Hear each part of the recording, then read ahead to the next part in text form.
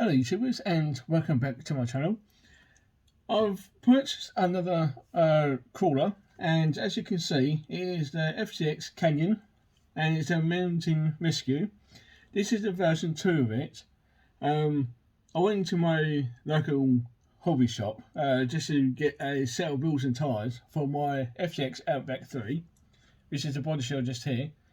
But I ended up seeing this, and I was looking at it and I heard good things about it, and lots of people were saying to me how good it was that I should try it. So I ended up buying it. I was trying to get this one or the version 1, as I had both of them in stock, but what sold it for me on the version 2 is that I like all the stickers of the mountain rescue on this body shell, and the 2-speed gearbox that this one has, and the workable winch that this has got, but I will get to them shortly. But that's what had sold me over the version 1, is all the stickers on the body shell and the gearbox and the winch. So I'm going to show you what I got in the box, and in the next video after this one I will take it for a small run. I've tried it already on my recorder track before recording this, and unfortunately, a part of my recorder track I've got on my back garden that you may have seen in my previous videos, that this doesn't quite fit.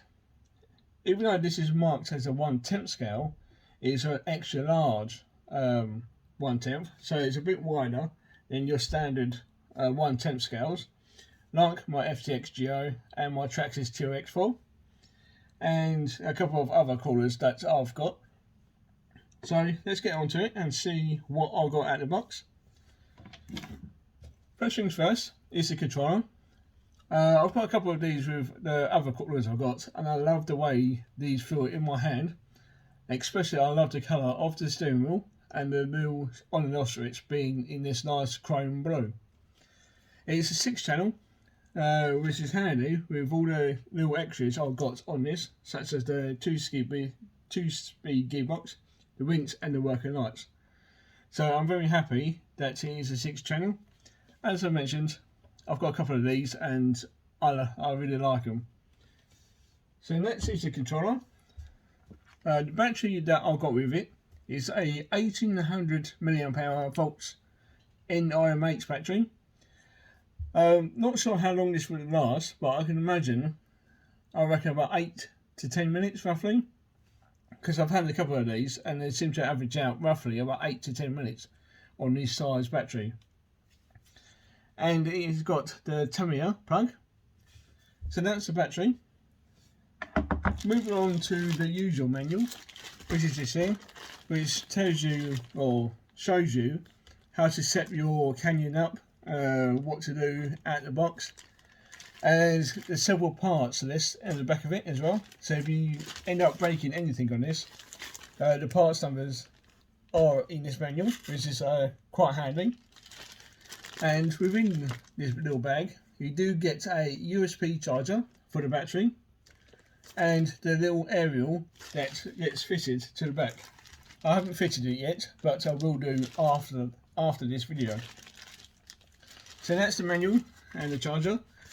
I probably won't be using this because I've got a different charger which charges up a bit quicker than I can imagine this would. So I'll probably end up using that over this.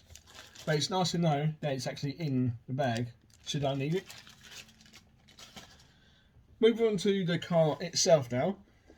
And I must say, when I first got it out of the box, I was quite impressed by the size of it. Like I said earlier, it is marked down as a 1/10, but it's also marked as an extra large.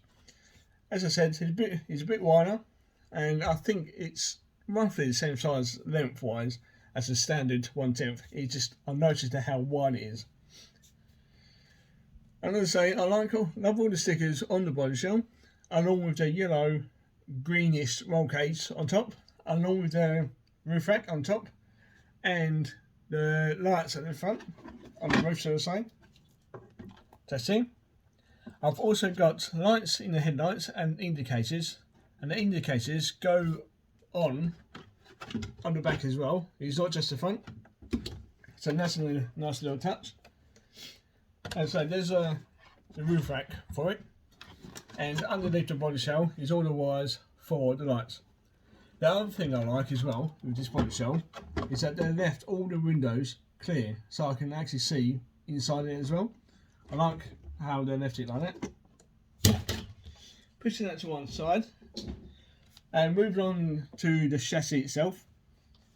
As I say, you might have seen this in many other videos of the chassis, and it is your standard Canyon chassis with the ESC planted at the back just here. I think it's a 1040 thereabouts ESC, which I will be changing eventually to a Hobbywing 1080, or I may have a different ESC within these drawers and I may fit that into here. But again, I want to try it standard before I change anything to it. You got your 550 motor just tucked underneath here in there, and that is mounted to the 2-speed gearbox. And hope I'll just turn around, and just underneath the receiver box, which is just here, is a servo to select the low and high gear for the 2-speed gearbox. These are quite nice firm 2.2 wheels and tyres. Do like the size of them. And mounted on the front axle is the steering servo. I think it's a 6 kilogram steering servo. As I say, when I actually tried it briefly, it didn't feel powerful, so I think it is roughly about 6 kilogram steering servo. Moving on to the back, okay, you got your suspension, shocks, your linkage and your axles. They have got solid axles, front and rear, and a locked differential front and rear. And so the other thing what I liked about this is how much flex you get with this. I do like how much flex it comes. And the one thing I did forget while I was at the front, it's a workable winch. And this works off the controller, and I like how they actually work. I'll take that back. I like how I get to use the controller to work the winch, because on my 2X4 I've got a separate controller for the winch, but I like this how it's actually built into the actual standard controller, so I can just push a button and it comes in and out. So that is my Canyon, and the battery is mounted more up front over the front wheels, and that is where I want it to be. But yes, that is my latest new crawler, and as I mentioned, lots of people have said to me how good it is and good value for money.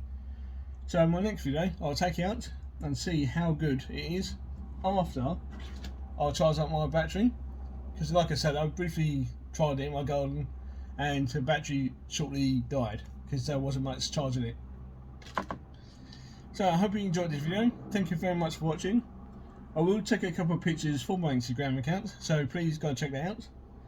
And in my next video, I will take, as I mentioned, I will take it out to see how well it performs. So thank you very much for watching, and I'll see you next time. Bye for now.